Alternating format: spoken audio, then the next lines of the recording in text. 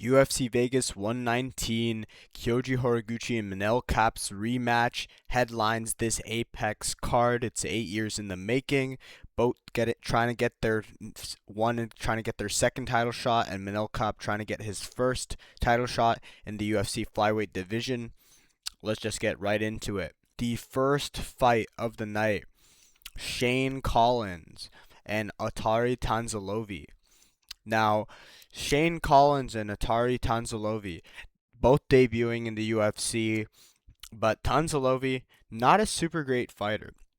Tanzalovi lost to Josias Musasa on the Contender Series 2 years ago, and Josias Musasa has gone on a two-fight losing streak and doesn't have a win in the UFC. Tanzalovi's only win after Josias Musasa last year, I think in September, was against Guillermo Torres, and Guillermo Torres not a great fighter either in himself. Lost his only two fights on the Ultimate Fighter. I think Myron Santos beat him on that season, and he lost two fights in a row. Uh, Not a great fighter in his own right. And Shane Collins. Shane Collins is a undefeated 7-0 fighter. He has good striking, decent grappling. He's coming off a two-fight KO streak, and I think he's gonna get the job done. My official pick for this fight is a round two Shane Collins TKO. Not much else to say for this fight. Shane Collins is moving down in weight, and Atari is moving up.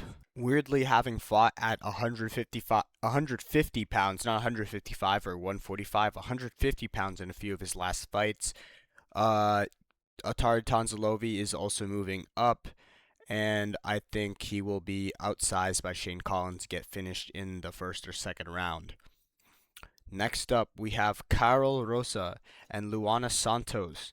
Now, Carol Rosa is a good veteran. She's been in the UFC for quite a while. She's fought some of the best of the best. She's fought Irene Aldana. She's fought Pani Kianzad is not that good. She's fought Eileen Perez, who was on a decent streak. Yana Santos, who's now on a good streak in the bantamweight division. So she's fought the who's in the top 5 to 10 of the UFC bantamweight division as of the last 3 to 5 years, and she's mainly a Muay Thai kickboxer. Not super great grappling. She's been taken down a lot and dominated by Eileen Perez 2 fights ago, and she's coming off a big win in Nora Cornole, who were really big on her because she got a big finish over Haley Cowan, although she did miss weight to beat Haley Cowan, and then she just got knocked out by Jocelyn Edwards in her last fight. Jocelyn Edwards obviously on a big run, but still, Nora Cornole, not a great win for Carol Rosa. It's not aged well, per se. Carol Rosa has, like I said, she has struggled a bit with some decent grapplers, and she got dominated by Perez, and I think Luana Santos is just a bad matchup for her. Much younger, very good submission slash grappling specialist, and she just beat Melissa Croden, a Canadian, with the win that's aged pretty well. Melissa Croden just got a big win over Darya Zalesnyakova. And Luana Santos has been relatively dominant in the UFC. She's only lost to Casey O'Neill, and after her return, it seems like a loss that's going to age well for her. She's pretty young, only 26 years of age. They're about the same size, just about an inch disadvantage in height and half an inch in reach. I think Luana Santos will get a takedown, and when she gets takedown, she shoots only about 3 to 4, maybe 6.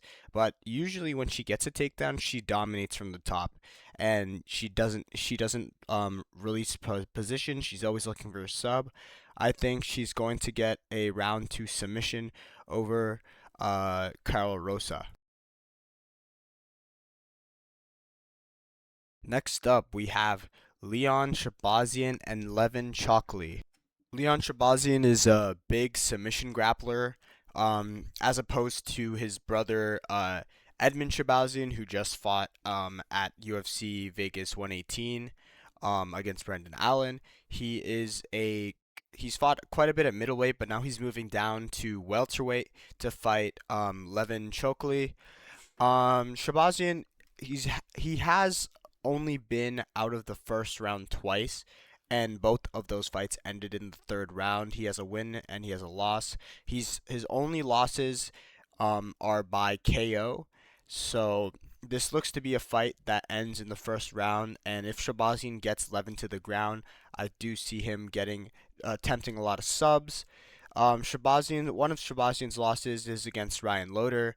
It's not a loss that aged well. Loder got KO'd by Ismail Nardiev and also Azmat Bukoyev, and both have not had the greatest of success in the UFC. So Ryan Loder, not a great loss to have on your record, but Shabazian's been racking up his sub wins since. Levin Chalkley, big KO guy.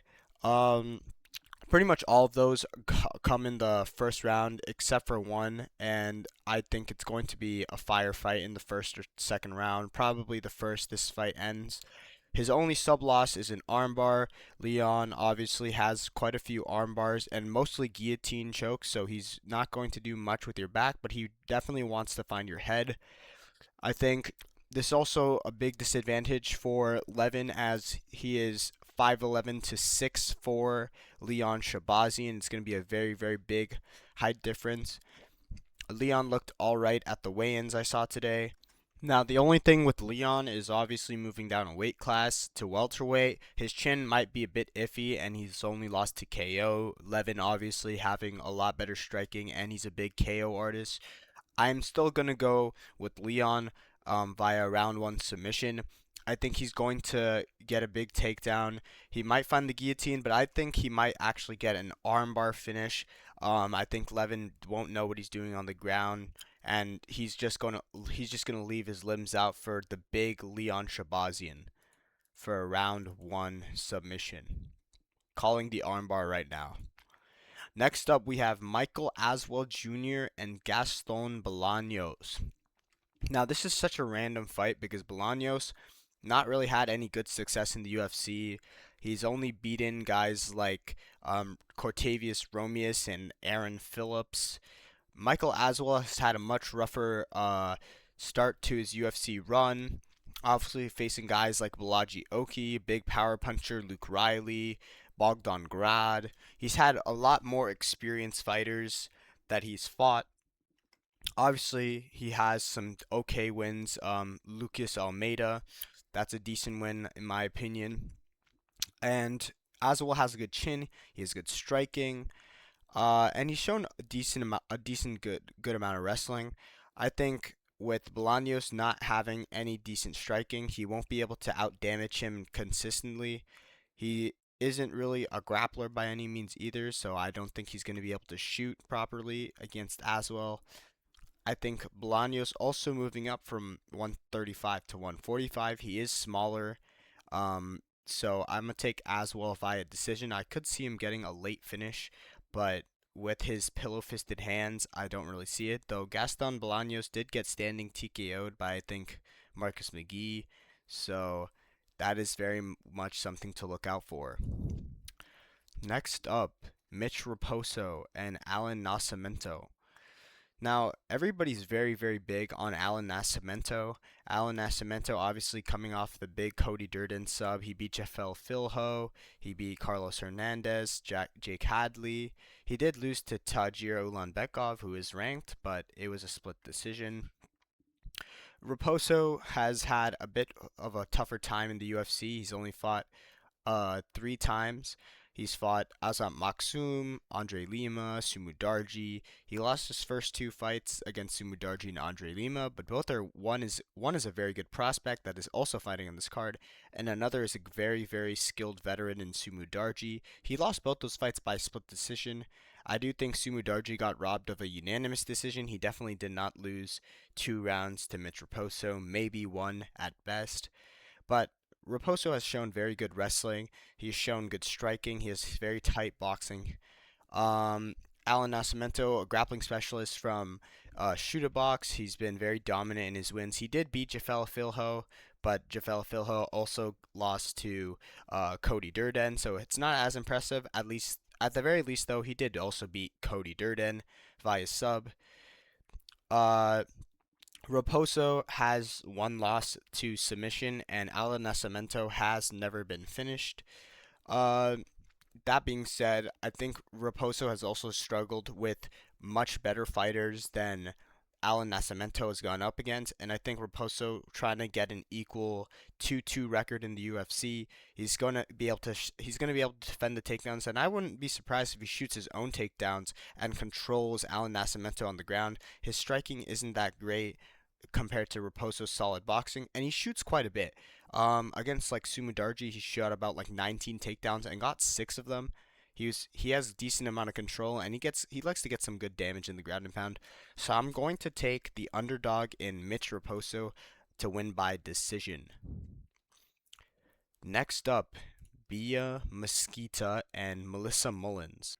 Bia Mesquita, obviously a very dominant wrestler and grappler, very experienced. She's been in a lot of grappling tournaments, grappled most of her life. She's gone into the UFC with 2 sub wins. So she's 2-0 in the UFC. She's undefeated. First round sub in her last fight, a second round sub in her UFC debut. Mullins has fought mainly strikers, and I wouldn't say she's very accustomed to wrestling, but she is much bigger than Bia Mesquita. She's about 5'7" to Bia Mesquita 5'4", but Bia Mesquita very good wrestler. Obviously, you can see she's like a minus 600, minus 560 favorite on a lot of sports books. So I'm definitely going to take Bia Mesquita via first round sub. She has a lot of rear naked chokes. That's her main submission. I think every single one of her sub wins comes from a rear naked choke. She's definitely looking to get the back of Melissa Mullins. Mullins pretty slow on the feet and doesn't really try to diversify. Not a great grappler by any means. She did also just lose to Daria Zeleznikova, who's also just mainly a striker. She's been taken down a few times in the UFC, and I think Bia Mesquita is probably the best grappler she's faced so far. So I'm looking to take Bia Mesquita via first round rear naked choke submission. I think this is honestly a good lock. I don't know what the odds are for a first round sub, but I think this is your best prop bet for a finish. Next up, and this is a bit more of an interesting one because of some recent news, but Andre Lima and Kevin Borjas. Obviously, Kevin Borjas has been gone 1-4 in the UFC, or 1-4 in his last 5 fights in the UFC. Borjas' only win in that run is against Lazy Boy, Lazy Boy Ronaldo Rodriguez, who was quite lazy in his own right. Not a great fighter. Got caught by. To be fair, a lot of fighters get caught by Kevin Borjas. He has some okay striking, but he doesn't have great finishing instinct. He's not able to land great shots when he knocks you down, and he opens himself up to takedowns, especially when he damages you. I think in the Imanol Rodriguez fight, he knocked down Imanol and then got taken down and could have arguably lost that round, and then he got finished by Imanol on the feet. He doesn't have a super great chin. Andre Lima, I wasn't a big fan of Andre Lima to start his UFC run.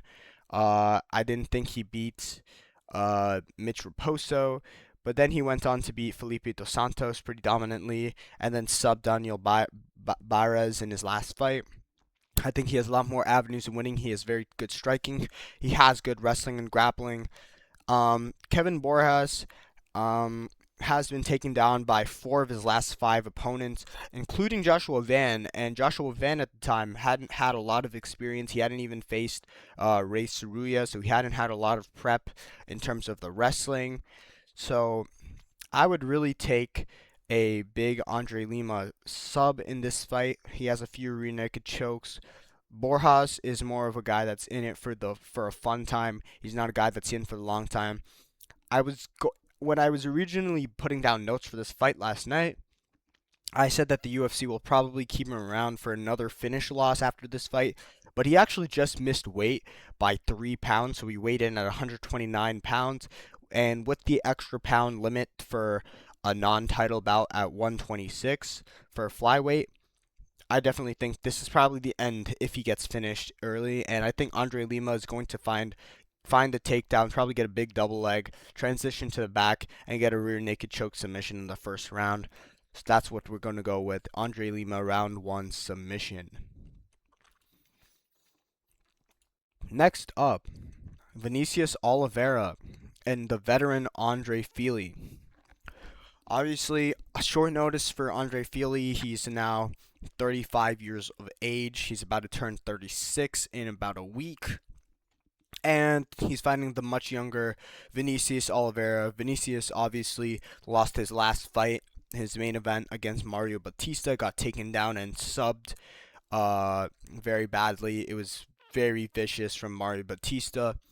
But Mario Batista is also a very good fighter. He is fighting his rematch against Corey Sandhagen in a month's time, so not a bad win by any bad loss by any means. Um, he has shown Andre Fili has shown a decent ability to shoot takedowns very recently. Like a few of us were talking the other day, and it seems that Andre Fili learned how to shoot a takedown at the age of 35.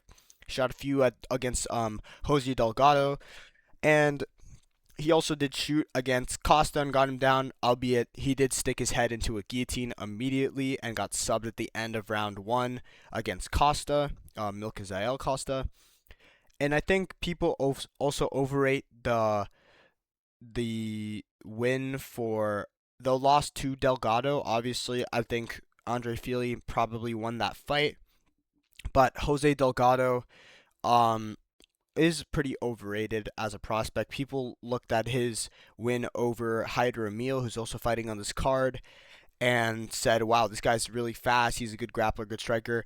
He's really not all that. He lost to Nathaniel Wood pretty easily. He got a flashy knockdown and then got outclassed by a good striker and a good grappler.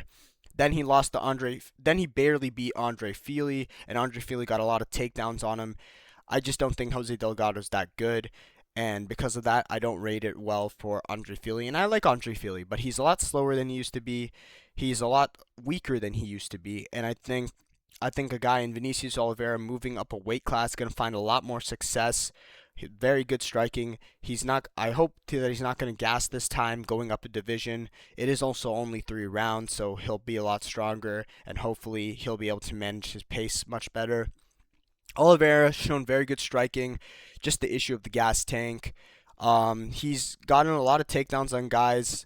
Um, and he's been taken down by a few like Bautista, Bernardo Sopai, Said Nurmagomedov, but those are also all good MMA grapplers, and they're also elite MMA grapplers in my opinion. And Fili is not one of them. Fili's chin isn't really there anymore. I don't think so. He got knocked out by Dan Ige, flatlined, and obviously Dan Ige has a lot of power, but I think if Vinicius Oliveira lands straight on Fili's chin, he's also going to knock him out.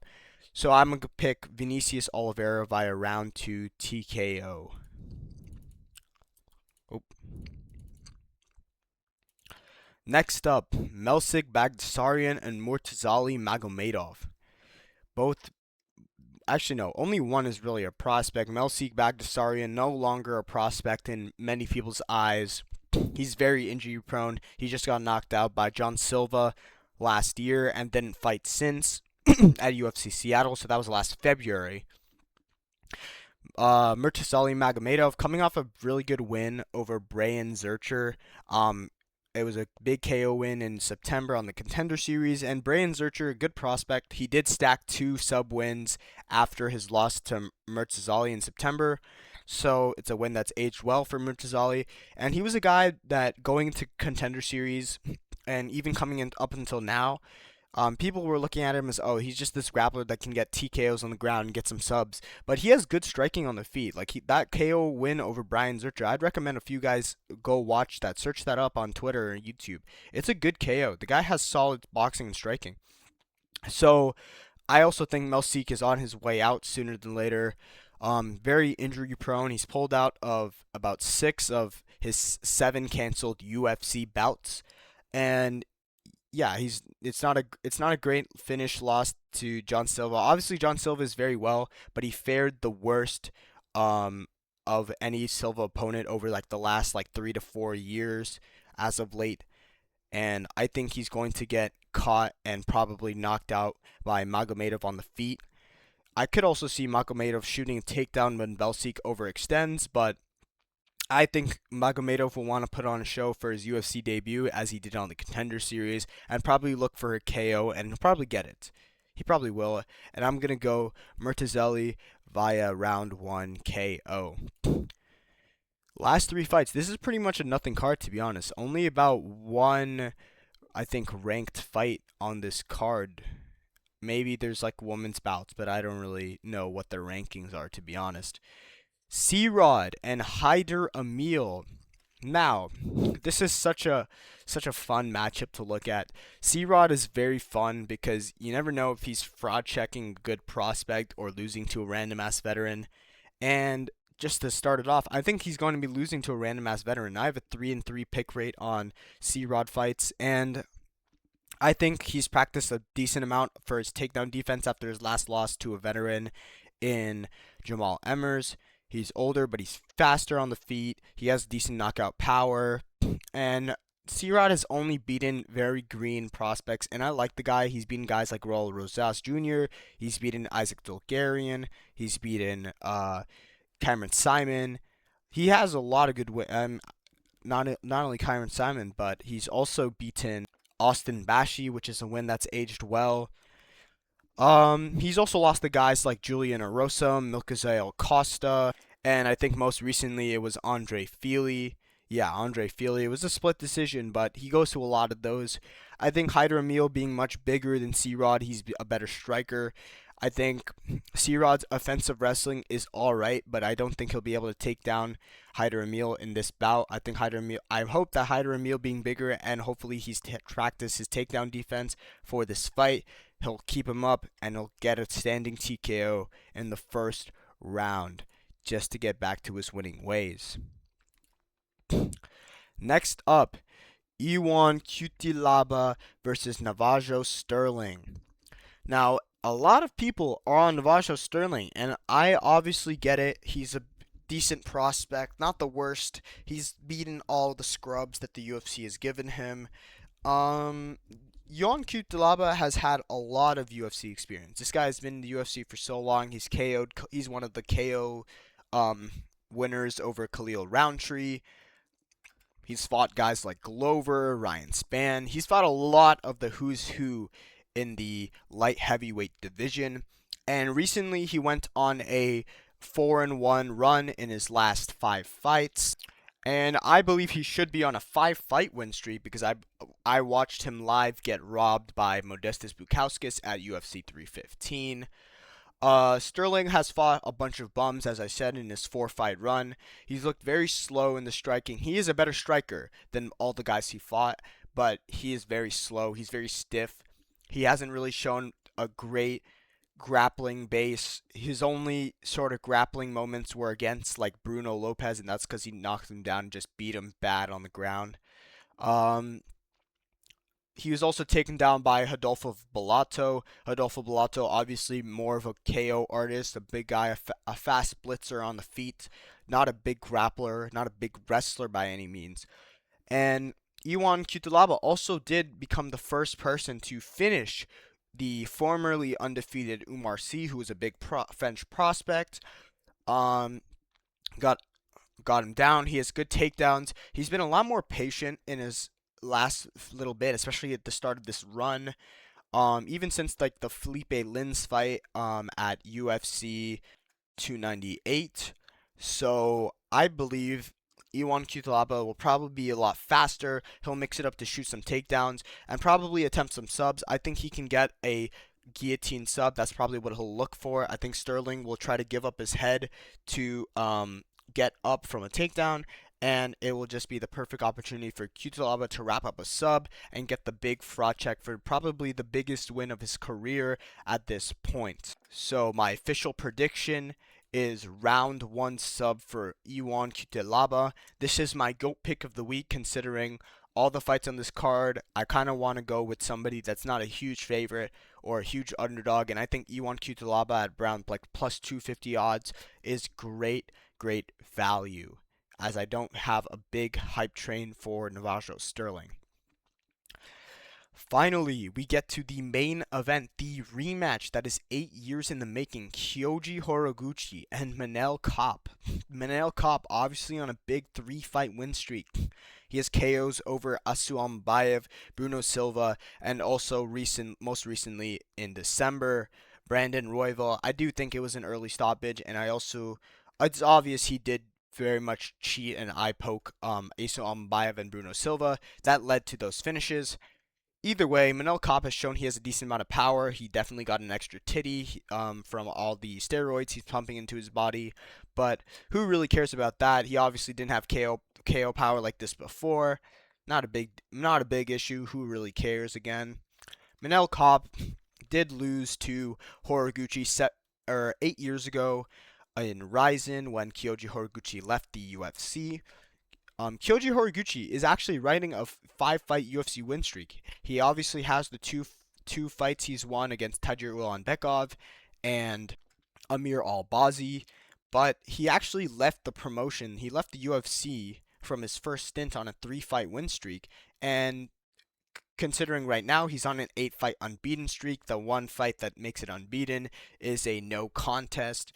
He has also not lost a flyweight bout since his loss to Demetrius Johnson, as the only bouts he lost in Bellator after the UFC was at bantamweight to guys like Patchy Mix and Sergio Pettis, who are much, much better flyweights and bantamweights than they were given credit for. Obviously, Patchy Mix, his career has not aged very well, but I also believe he was probably on some type of steroid, the way his fighting style and his speed changed.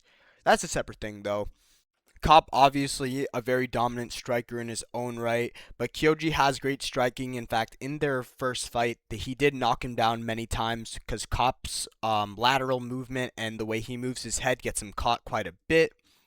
His head movement has also not improved as much, but he has improved his takedown defense quite a bit.